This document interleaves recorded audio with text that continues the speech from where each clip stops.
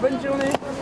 C'est parfait, merci. Bonne journée. C'était un accueil plutôt inhabituel ce mardi matin pour les élèves du lycée Viviani d'Épinal qui étaient attendus par une quinzaine de policiers pour un contrôle inopiné de leur sac. Une opération de prévention et de communication également qui fait suite aux directives du ministre de l'Intérieur dans un contexte d'agressions qui se sont multipliées dans les établissements scolaires en France.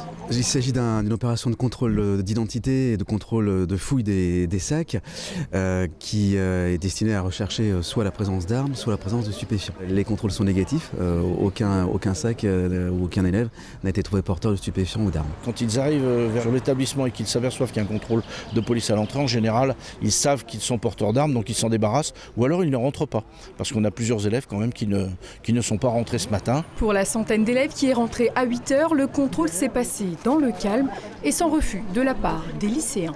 Je vois les policiers à l'école qui fouillent mon sac comme ça. Je ne sais pas ce qui se passe. Tu es surprise? Oui. Je comprends pas ce qui se passe. Vous êtes surprise d'être fouillée ce matin? Oui, un peu.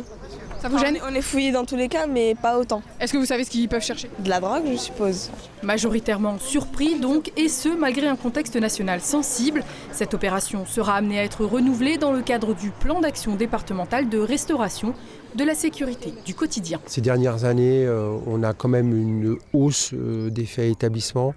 On a des paroles qui sont rudes entre élèves, y compris alimenté par un contexte géopolitique, si on prend des faits d'antisémitisme ou de racisme. Donc on a un climat qui se dégrade. C'est un type d'opération qui fait partie d'autres opérations de sécurisation, comme les ventes d'alcool à proximité des établissements, comme d'autres opérations, comme on le fait depuis des mois.